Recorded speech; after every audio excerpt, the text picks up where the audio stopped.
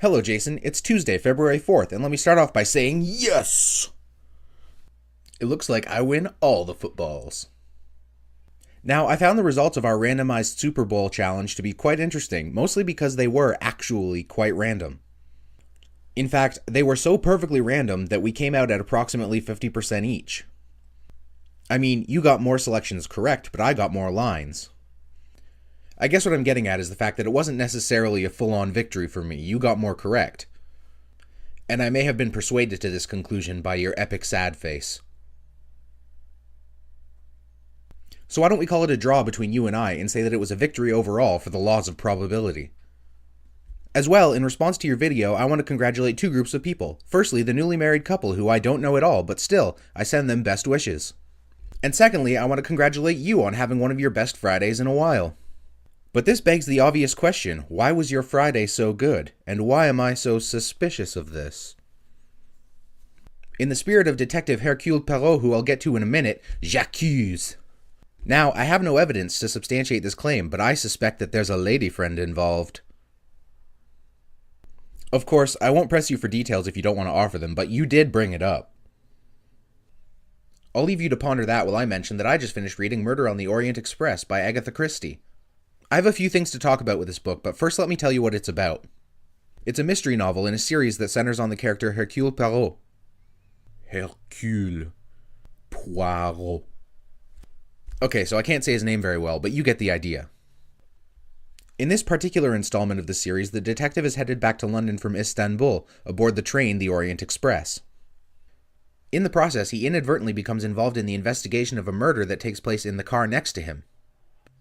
And in true murder mystery fashion, he and he alone is able to piece together the clues to find the solution. And this leads to my biggest problem with the novel as a whole. There are certain pieces of evidence early on in the novel without which the rest of the novel wouldn't make much sense. In particular, there's a piece of paper that reveals a last name. The detective is able to use just the last name to determine not only that the murder is connected to a crime that was committed in America years ago, but also that the victim is traveling under a false name, and he's even able to determine who the victim actually is. Now, this alone wouldn't be a problem if they explained the connection more clearly. But the level to which the detective scrutinizes all other details of the case is not applied to this one clue. And to me, that shows up as lazy writing. Now, obviously, far be it from me to judge Agatha Christie, one of the most celebrated mystery writers of all time, on her ability to put together a story. But I will say that I think if the novel came out today, it wouldn't be received quite so uncritically. Which is to say that these days I think we have a higher standard for mystery novels. Even if we don't have such a high standard for mystery TV shows where everything is explained by magic science. And now we come to the sad business of the scores. In terms of entertainment, I found this novel to be extremely procedural. In fact, about 100 pages of the novel are composed of the detective asking the same questions to every passenger on the car.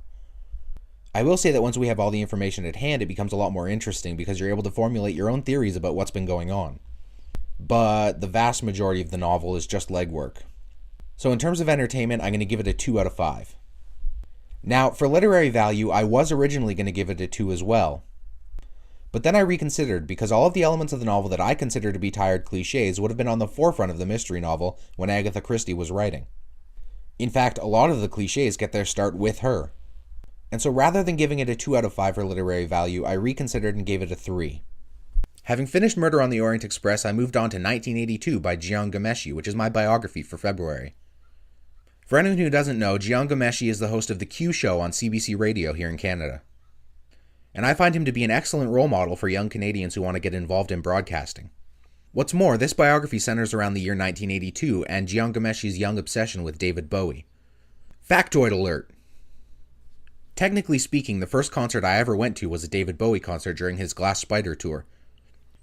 Technically speaking, I wasn't born yet, but my mother was pregnant with me and she went, so I went. So I'll be reading that for the next few days at least. Next, I want to update you on writing. Firstly, I've got a new challenge from one of my friends, Jackson. He challenged me to write a short story about ghosts, and I'm going to do that, except I'm going to amend one small detail. It's not going to be about ghosts, it's going to be about one ghost. And when I'm done writing it and revising it, I'll probably upload it to the Rad Bromance website so that other people can read it. I might even record an audio version to post on YouTube so that people can listen to it if they want. I want to say to the viewers too to keep the challenges coming, and don't be afraid to challenge us to something that you're not sure if we'll actually do. After all, it's the things that we're not used to doing that we most want to do. So even if a challenge that you come up with seems out of the ordinary for us, feel free to share it and we might just pick it up. As well, I've started some preliminary work on the first chapter of our murder mystery experience. I've decided on a couple of things like location and a few of the characters. But I'm going to be kind of evil and leave you in the dark regarding that for now because I want you to experience the first chapter as a whole once it's done. And lastly, time for chess. I want to start off by thanking you for reading too much into my comment that you were trapped. In fact, what I wanted you to do was to not take my knight. I wanted you to do exactly what you did. Now, my next move may appear short-sighted, but it's the only thing I can think to do to make sure that you don't rebuild your defensive line. Bishop from h6 to e3. I somehow sense that this is the beginning of the end.